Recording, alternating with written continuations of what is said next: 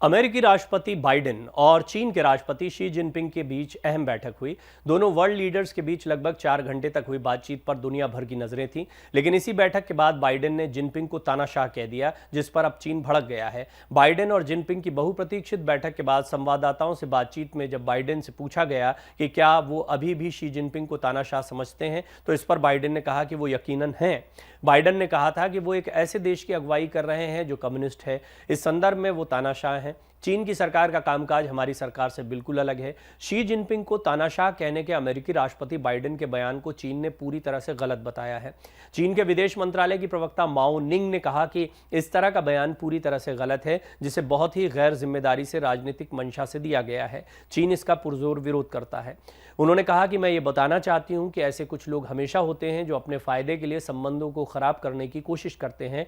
वो इस तरह चीन और अमेरिका के संबंधों को नष्ट करने की कोशिश करते हैं, लेकिन वो सफल नहीं होंगे।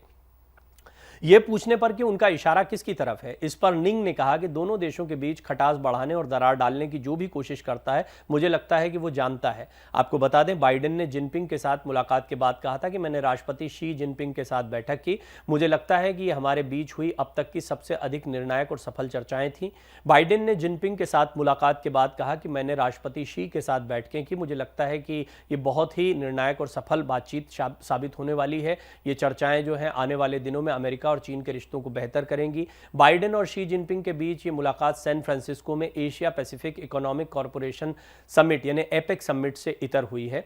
द्विस्तरीय बातचीत थी। आमने सामने दोनों नेताओं ने अलग से बैठकर बात की है। इससे पहले दोनों नेता नवंबर 2022 में इंडोनेशिया के बाली में हुई G20 समिट से इतर भी व्यक्तिगत रूप से मिले थे। ये पहली बार नहीं है कि बाइडेन ने शी जिनपिंग को तानाशाह कहा है। वो इस साल की शुरुआत में भी जिनपिंग को डिक्टेटर कह चुके हैं। ये वो समय था जब अमेरिका के आसपास में चीन का स्पाई गुब्बारा देखा गया था। बाइडेन और जिनपिंग ने सैन फ्रांसिस्को में एक दूसरे से मुलाकात की। इस दौरान दोनों नेताओं के बीच द्विपक्षीय संबंधों से लेकर यूक्रेन युद्ध, मिडिल ईस्ट में तनाव, इंडो पैसिफिक और अन्य जरूरी वैश्विक मुद्दों पर चर्चा हुई। बाइडेन और शी जिनपिंग ने मध्य पूर्व और यूक्रेन की स्थिति पर भी बात की। इसके अलावा ईरान के मुद्दे पर भी बात हुई। बाइडेन ने कहा कि उन्होंने शी जिनपिंग से ईरान के साथ अपने प्रभाव का इस्तेमाल करते हुए ये कहने के लिए कहा है ईरान से कि वो मध्य पूर्व में अमेरिकी ठिकानों पर हमले नहीं करे। बैठक के दौरान चीन अमेरिका में अवैध दवा व्यापार में शामिल कंपनियों के खिलाफ कार्रवाई करने पर सहमत हुआ।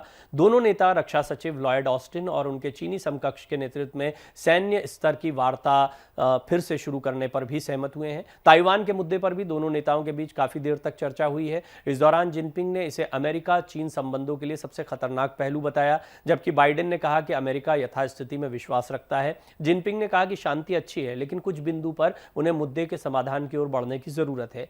बाइडेन और शी जिनपिंग ने मध्य पूर्व और यूक्रेन की स्थिति पर भी बात की। इसके अलावा ईरान के मुद्दे पर भी बात हुई। बाइडेन ने कहा कि उन्होंने शी जिनपिंग से ईरान के साथ अपने प्रभाव का इस्तेमाल करते हुए ईरान से यह कहने के लिए कहा है कि मध्य पूर्व में अमेरिकी ठिकानों पर हमला न करे।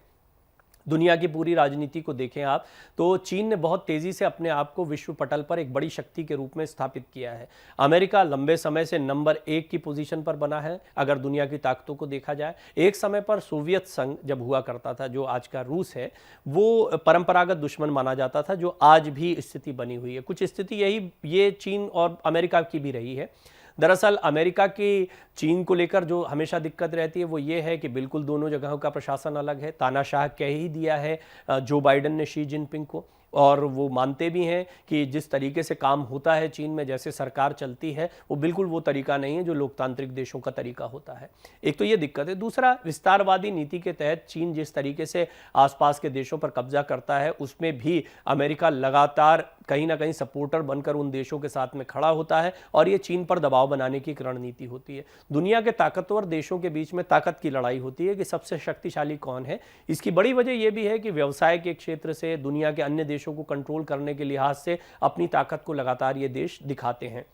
रशिया, चाइना अभी एक पाले में खड़े दिखाई देते हैं। खासतौर पर यूक्रेन युद्ध के बाद ये नज़दीकियां और बढ़ी हैं। अमेरिका और रशिया और चाइना, इनकी आपस की खींचतान जो है कई मुद्दों पर सामने आती है। इसी तरह ईरान एक ऐसा देश है जो इस अरब देशों का जो पूरा समूह है उसमें अमेरिका के लिए सबसे बड़ी चुनौती होता है। तो वहाँ पर इजराइल के साथ में अमेरिका की दोस्ती जो है वो उसके काम आती है। एक सैन्य बेस भी अमेरिका को यहाँ पर मिलता है, ईरान पर और अन्य अरब देशों पर एक बड़ा दबाव बना पाता है। कुछ यही अंदाज रहता है जब चीन पर दबाव बनाना होता है, लेकिन चीन भी इस बात को जानता है कि अगर आर्थिक विकास करना, और हाल के दिनों में उसने अपनी पॉलिसी को बहुत बदला है, युद्ध या अन्य चीज़ों के बजाय उसने व्यवसाय पर और संबंधों पर ध्यान देना शुरू किया है, क्योंकि चीन इस बात को समझ गया है कि अपने विकास को अगर उसे सतत जारी रखना है तो उसे अच्छे संबंध रखने पड़ेंगे। हमेशा लड़ते झगड़ते या कब्जा करते हुए या अन्य देशों से खराब संबंध रखते हुए वो कभी तरक्की नहीं कर सकता है, और चीन अब इस डिप्लोमेसी पर काम कर रहा है।